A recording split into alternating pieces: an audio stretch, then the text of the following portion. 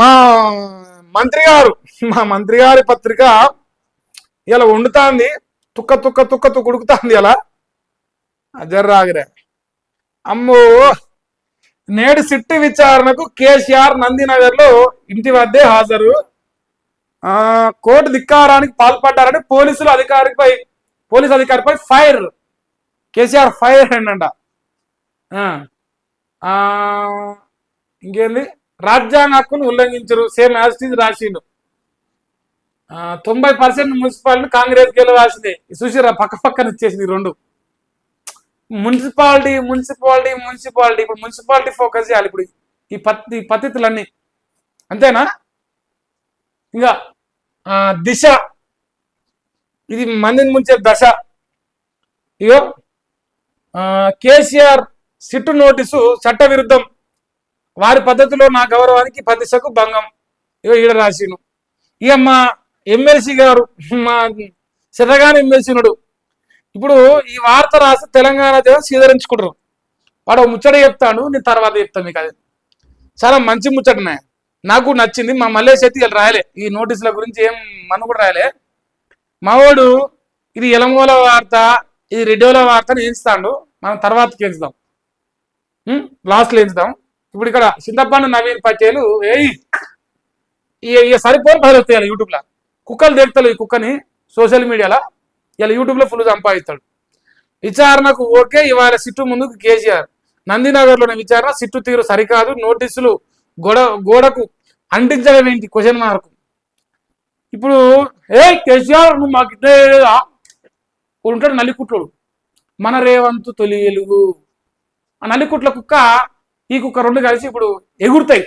YouTube కుక్కలు ఏం పేపర్ల కుక్కలు అండి 5, ఏం యూట్యూబ్ కుక్కలు. ఎగిరాలి, గంట వేయాలి, ఊకనే వస్తాయి ఆ పైసలు. మరి నాగిన్ డ్యాన్స్ చేస్తేనే వస్తాయి. ఇక నా వయసు రీత్యా నేను ఎక్కడ నివాసం ఉంటే అక్కడే నోటీసులు ఇవ్వాలి. ఏసీబీకి నన్ను విచారించే అధికారం లేదు. భవిష్యత్తులో నోటీసులని ఈ పాయింట్ చూసినామనే, ఏసీబీకి నన్ను విచారించే అధికారులని ఏ పేపర్ అన్న చూసినాం మనం. నమస్తే తెలంగాణ రాసింది కదా. లుచ్చా అంటే ఎట్లుంటారంటే మళ్ళీ అనుకుంటారు. భవిష్యత్తులో నోటీసులను 20,000కే పంపాలి బీఆర్ఎస్ అధినేత కేసీఆర్. జూబ్లీస్ ఏసీబీకి 6 పేజీల లేఖ రాసింది. ఇవాళ రాష్ట్ర వ్యాప్త నిరసనలకు బీఆర్ఎస్ పిలుపునిచ్చింది. ఈ శబ్బాష్. సో ఇది ఈ తెలంగాణ రాష్ట్రంలో కేసీఆర్ విచారణ పైన 5 ముత్తైద పత్రికలు, కాంగ్రెస్ పార్టీ కోసం పనిచేసే ముత్తైద పత్రికలు రాసిన వార్త. ఇక్కడ తెలంగాణ రాష్ట్రానికి గమనించాలంటే, ఏదైనా సరే ప్రజా సమస్య మీద ఈ 5 పత్రికలు గత 2 సంవత్సరాలకు వెళ్ళి ఏ రోజైనా ఓ యూరియా బస్తాల కష్టాలు, ఓ రైతు బంధు కష్టాలు, ఓ రుణమాఫీ కష్టాలు, ఓ నిరుద్యోగుల కష్టాలు, రోడ్ల మీద నిరసనలు చేసిన కష్టాలు రాసినాయా? మీరు ఆలోచన చేయండి. బీఆర్ఎస్కి అనుకూలంగా రాయలే, వదిలేసారు. ఈ రాష్ట్ర ప్రజలకు ఏమైనా అనుకూలంగా రాసినాయా? రైతు పండుగ యాడొస్తుంది, 5 పత్రికలకు వచ్చేస్తుంది. రైతు పండుగ, రైతు వేదికల దగ్గర పండుగ, రైతు రాజ్యం, ప్రజాపాలన, రైజింగ్ తెలంగాణ, 10 రోజులలో రైతు బంద్ చేయబోతున్న రేవంత్ ప్రభుత్వం, 2 లక్షల రుణమాఫీ చేయబోతున్న రేవంత్ ప్రభుత్వం. ఇవి మాత్రం వస్తాయి. పండబెట్టి తొక్కేది, జనాలు చంపేది మాత్రం రావు. అస్సలు తప్పు ఊరికే వస్తాయి పైసలు ఊరికే రావు. కాంగ్రెస్ పార్టీ జోక్తేనే వస్తాయి. ఇప్పుడు కరపత్రం నమస్తే తెలంగాణ బాజాబ్తో ఒప్పుకుంటా నేను. రేవంత్ రెడ్డికి కేసీఆర్కి ఒకటే కరపత్రం ఉంది నమస్తే తెలంగాణ. కానీ మన నల్లమల్లపుల్లి రేవంత్ రెడ్డికి 5 కరపత్రాలు ఉన్నాయి, 5.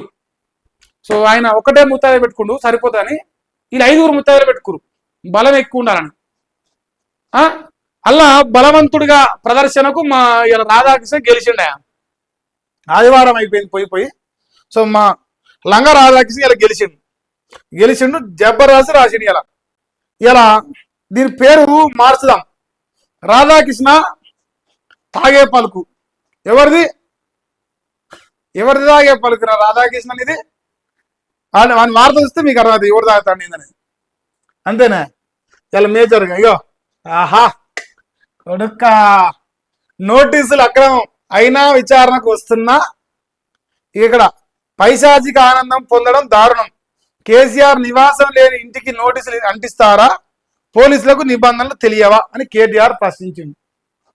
తండ్రి కొడుకు రాసిన పత్తిత్తు కదా, పత్తిత్తు రాధాకృష్ణ ఇది పతివత ఆంధ్రజ్యోతి పత్తిత్తు రాధాకృష్ణ మందికి సమాధానం చెప్పలేడు, కానీ మందిని మాత్రం ప్రశ్నలు అడుగుతాడు సమాధానం కావాలని.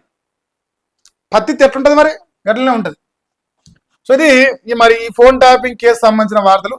ఇక రేపు పట్ట పైలిపోతాయి పేపర్ ఒక్కొక్కటి. రేపు జోరు ఉంటుంది వార్త. రేపు చూసుకుందాం మనం. 3 గంటలకు ఇవాళ విచారణ అవుతుంది.